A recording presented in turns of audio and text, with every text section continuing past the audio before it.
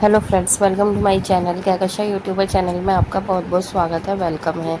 तो फ्रेंड्स, हम आपको बता दें, इंडियन आइडल सीज़न 12 के विनर पवनदीप राजन ने अपने मुंबई एक स्टूडियो में अपना एक गाने का और रिकॉर्डिंग करा है। क्योंकि दोस्तों, कल हमने आपको बताया था कि पवनदीप राजन ने एक इंग्लिश सॉन्ग और अपने सोशल मीडिया अकाउंट पे शेयर करा है, जो कि बहुत ज़्यादा चर्चा में है और बहुत ज़्यादा अच्छा उन्होंने गाया है, बहुत ज़्यादा फील के साथ में। लेकिन दोस्तों, क्या सच में पवनदीप राजन ने एक ही गाने की रिकॉर्डिंग करी है या और भी कई गाने की रिकॉर्डिंग करी है? तो चलिए दोस्तों, पूरी खबर हम आपको आगे इस रिपोर्ट में बताएं। लेकिन इससे पहले आपने अभी तक हमारे चैनल को सब्सक्राइब नहीं करा है, सब्सक्राइब कर लें और बेल आइकन भी ज़रूर दबा दें, ताकि अगली नोटिफिकेशन आपको सबसे पहले मिले। तो दोस्तों, जैसा कि हम सभी को पता है, इंडियन आइडल सीज़न 12 के विनर पवनदीप राजन एक्सीडेंट के बाद में काफ़ी ज़्यादा लाइमलाइट पा रहे हैं अपने नए नए प्रोजेक्ट को लेकर। कभी दोस्तों उनका वीडियो सॉन्ग आ रहा है, तो कभी उनका भूमि प्रोजेक्ट में एक सॉन्ग आ रहा है, परफॉर्मेंस दे रहे हैं वो अपनी, तो कभी उन्होंने पोस्ट करा है अपने लाइव कॉन्सर्ट के बारे में। तो एक के बाद एक वो सरप्राइज़ देते ही चले जा रहे हैं अपने फैंस को। तो दोस्तों, हम आपको एक और बड़ी खबर बता दें यहाँ पे कि पवनदीप राजन को मुंबई स्टूडियो में रिकॉर्डिंग करते हुए देखा। तो दोस्तों, वहाँ पर ओ मेरी सुबह की उन्होंने रिकॉर्डिंग करी, जिसके चलते पवनदीप राजन का अब वो गाना बहुत जल्दी ही रिलीज़ होने ही वाला है। बस कुछ ही घंटों में कह लें, कुछ ही दिन में कह लें, ठीक है, तो वो हमारे और आपके सामने आ ही जाएगा। साथ ही साथ में दोस्तों, हम आपको ये एक चीज़ और बता दें कि पवनदीप राजन जो है वो उन्होंने सिर्फ एक ही गाने की वहाँ पे रिकॉर्डिंग नहीं करी है, उन्होंने और भी कई गाने एक साथ रिकॉर्ड करे हैं। जिसके चलते हम आपको बता दें कि पवनदीप राजन ने एक इंग्लिश सॉन्ग गाया है, जो भी उन्होंने अपना एक सोशल मीडिया पे अपलोड करा है। साथ ही साथ में उन्होंने एक गाया है दोस्तों कवर सॉन्ग। तो सिर्फ वहाँ पे वो दोनों ही गाने गाने के लिए तो नहीं गए होंगे, उन्होंने और भी कई गाने गाए हैं। क्योंकि पवनदीप का आपको पता ही है दोस्तों कि अगर वो एक बार गाना गाने का रिकॉर्डिंग करना शुरू कर दें, तो वो बैक टू बैक कई सारे गाने एक ही बार में रिकॉर्ड कर सकते हैं। ये चीज़ हमने आपको पहले भी बताई थी, जब उन्होंने फिल्म प्यार के लिए जब उन्होंने शूट किया था, तो बैक टू बैक उन्होंने एक ही दिन में तीनों गाने की रिकॉर्डिंग कर डाली थी।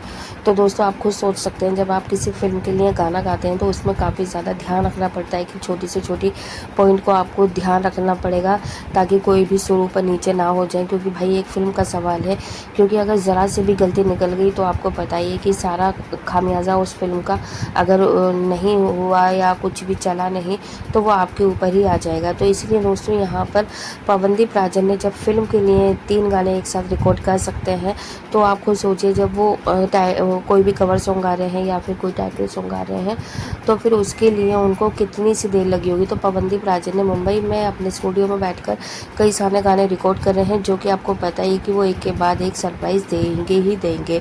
तो यहाँ पर हम आपको एक बड़ी खबर और बता दें दोस्तों, जैसा कि इंडियन आइडल 12 में हमें पवनदीप राजन एक हीरा मिला, कोहिनूर हीरा, जो कि आपको पता ही है कि उनकी आवाज़ कितनी ज़्यादा अच्छी है और कितने ज़्यादा फ़ैन बन चुके हैं इंडिया में पवनदीप राजन के। शायद उन्होंने खुद ये इस चीज़ नहीं सोची होगी, जब उन्होंने ऑडिशन दिया होगा इंडियन आइडल में, कि एक दिन ऐसा आएगा कि पवनदीप को पहचान की कोई मतलब मोहताजी नहीं होगी, हर कोई पवनदीप राजन को पहले से ही जानता होगा और उनकी आवाज़ के सब दीवाने होंगे। तो शायद उन्होंने जब इंडियन आइडल में कदम रखा था, तो उन्होंने ये चीज़ सोच के बिल्कुल भी नहीं रखा होगा। लेकिन कहते हैं ना कि जो आपके अंदर टैलेंट है, हुनर है, वो आपको ज़मीन से आसमान तक लेके जा सकता है। और ये उन्होंने साबित कर दिया है दोस्तों, कि पवनदीप को हम कह सकते हैं कि वो बिल्कुल डाउन टू अर्थ हैं आज भी, और वो ज़मीन से आए हैं और अब देखिए आप आसमान को छू रहे हैं। कोई भी ऐसा प्रोजेक्ट नहीं होगा जो कि पवनदीप राजन के हाथ से छूट जाए। और कोई भी ऐसा मतलब म्यूजिशियन या डायरेक्टर नहीं होगा जो कि नहीं चाहेगा कि पवनदीप उनके लिए गाना गाए। तो दोस्तों, धीरे धीरे ही सही, लेकिन उन्होंने अपनी मंजिल को पा ही लिया है। तो दोस्तों, यहाँ पर हर बड़े से बड़ा सिंगर और म्यूजिशियन पवनदीप राजन से मिलता है। अगर एक बार मिल जाए तो वो दोबारा ज़रूर मिलने की इच्छा जताता है। साथ ही साथ में अगर हम बात करें अब पवनदीप राजन के बाद अरुणिता कांजीलाल की, तो दोस्तों, यहाँ पे अरुणिता ने भी इंडियन आइडल 12 में ही पार्टिसिपेट करा था, वो भी एज अ कंटेस्टेंट बन के आई थी, जो कि पवनदीप राजन के साथ में मिलके उन्होंने काफ़ी अच्छी गहरी दोस्ती की, काफ़ी अच्छे उन्होंने अच्छे पल बिताए साथ में। दोनों ने दोस्तियाँ की और फिर दोनों ने बहुत सारे कॉन्सर्ट करे एक साथ, बहुत सारी उन्होंने जो है इवेंट्स करे हैं, वीडियो सॉन्ग करे हैं। तो दोस्तों ऐसा नहीं है कि सिर्फ इंडियन आइडल का जो सेट है वो सिर्फ विनर को ही आगे बढ़ाता है। अगर हम बात करें रनर अप की, तो यहाँ पे फर्स्ट रनर अप रही थी अरुणिता, जो कि आज उतनी ही फेमस है जितने की पवनदीप है। और अगर हम बात करें दोस्तों, और भी इंडियन आइडल में कई विजेता बन के गए हैं, लेकिन इतनी ज़्यादा चर्चाएं किसी की भी नहीं होती जितनी की पवनदीप और अरुणिता की होती है। अगर हम नेहा कक्कड़ को छोड़ दें, क्योंकि नेहा कक्कड़ भी इंडियन आइडल से ही बनी थी और आज वो इंडिया की बेस्ट टू बेस्ट सिंगर में से एक आती हैं। और आज की डेट में दोस्तों उन्होंने कई इंडियन आइडल पे जज भी बनी है वो, और उन्होंने और भी कई कंटेस्टेंट को जज करा है। तो अगर हम बात करें दोस्तों, अब जो इंडियन आइडल 16 आ रहा है, तो यहाँ पे बहुत ज़्यादा उम्मीदें की जा रही थी इंडियन आइडल 16 में पवनदीप राजन को एज अ जज बनकर लेकर आया जाएगा। तो दोस्तों यहाँ पर फिर बहुत सारे ऑब्जेक्शन भी उठे कि अभी तो पवनदीप ने जीता है और वो कैसे जज कर सकता है इंडियन आइडल को, किसी भी कंटेस्टेंट को। तो यहाँ पर पवनदीप के लिए कुछ मिले जुले से आ रहे थे कमेंट्स की, नहीं कोई ये बोल रहा था कि हाँ बहुत आना चाहिए, पवनदीप को आना चाहिए। मतलब मैक्सिमम टू मैक्सिमम जो कमेंट्स थे उसमें से हम ये कहेंगे 70% का जवाब येस था कि हाँ पवनदीप राजन को आना चाहिए इंडियन आइडल 16 में जज बन के। और उनमें वो सारी चीज़ें, वो सारा हुनर है जो कि एज अ जज होना चाहिए। पवनदीप राजन देखिए इंस्ट्रूमेंट भी बजा लेते हैं, कोई भी म्यूज़िकल इंस्ट्रूमेंट दे दो आप, ठीक है, तबला ढोलक गिटार हर चीज़ में वो बेस्ट टू बेस्ट उन्होंने मास्टर किया हुआ है। और दूसरी चीज़ आवाज़ तो आपको बताने की ज़रूरत ही नहीं है दोस्तों, आप सभी को पता है कि उनकी आवाज़ कितनी ज़्यादा अच्छी है। और दूसरी चीज़ हम बताएं कि वो बहुत ज़्यादा फेयर रहेंगे। कोई भी जज अगर बनते हैं किसी भी शो में बने, रियलिटी शो में, तो उनके जजमेंट को हमें नहीं लगता कि कोई भी फेल कर पाएगा, क्योंकि पवनदीप खुद एक कंटेस्टेंट बनकर आए हैं यहाँ तक, इस मुकाम तक। तो उन्होंने वो हर छोटी से छोटी गलती सीखी है जो कि एक कंटेस्टेंट कर सकता है और उसको सुधार सकता है। और उनको पता है कि एक कंटेस्टेंट जब आता है और वो बहुत सारी उम्मीदें लेकर आता है, अगर आप कोई गलत कमेंट कर देते तो उसकी उम्मीदें वहीं पर टूट जाती हैं, छूट जाती है। तो दोस्तों यहाँ पर हम इसीलिए ये चीज़ कह रहे हैं कि पवनदीप राजन इंडियन आइडल अगर 16 में जज बनकर आते तो वाकई में हमें बेहद बेहद खुशी होती, और हमें पहले से ही पता चल जाता कि अब जो यहाँ पे जजमेंट होने वाला है वो एकदम फेयर होने वाला है और एकदम अच्छा होगा, और जिसमें अनफेयरनेस की बिल्कुल भी गुंजाइश नहीं रहती।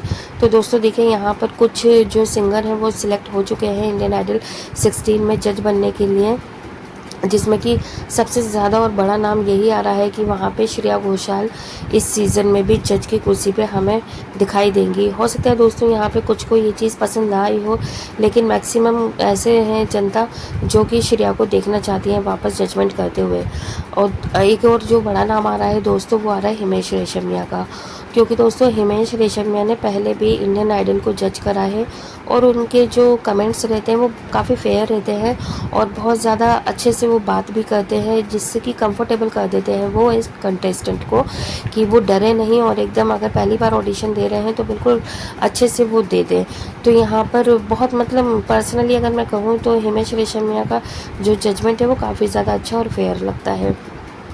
अब दोस्तों यहाँ पे अब तीसरे जज की बात आ रही है कि इस बार विशाल दादलानी की कुर्सी पर कौन आकर बैठने वाला है। तो दोस्तों ये अभी तक चैनल वालों ने बिल्कुल भी इसके बारे में हवा नहीं दी है, ज़रा सी भी बात लीक नहीं हुई है कि आखिर कौन बनेगा। हालांकि 2-3 के नाम तो सामने आ रहे हैं, लेकिन अभी फाइनल किसी का भी नाम अनाउंस नहीं हुआ है। जैसे कि एक है शंकर महादेवन हैं, जिनका नाम आ रहा है, भाई बहुत ज़्यादा बड़े हैं, सीनियर हैं, अगर वो आ जाते हैं तो सच में इंडियन आइडल 16 बहुत बहुत बड़े लेवल का हिट होने वाला है। और एक नाम आने वाला है दोस्तों यहाँ पर सोनू निगम का, कि सोनू निगम भी शायद इंडियन आइडल में वापसी कर जाएं और यहाँ पे ऐसा जज बनकर आए। तो दोस्तों यहाँ पर अब देखते हैं कि तीसरा जज कौन आता है, और बाकी आप भी हमें अपनी राय कमेंट बॉक्स में कमेंट करके ज़रूर बताइएगा कि इंडियन आइडल 16 में आप किसको जज करते हुए देखना चाहते हैं, कि कौन आखिर जजेस की कुर्सी पे बैठे हैं। जो भी आपकी राय है एक बार कमेंट में ज़रूर बताएं। वीडियो अच्छा लगा है लाइक कर लें, चैनल को भी ज़रूर सब्सक्राइब कर लेना अगर आप चाहते हैं और भी अपडेट आपको हमारे चैनल पर मिलती रहे। मिलूंगी और अपडेट लेकर, तब तक ख्याल रखिएगा, बाय बाय।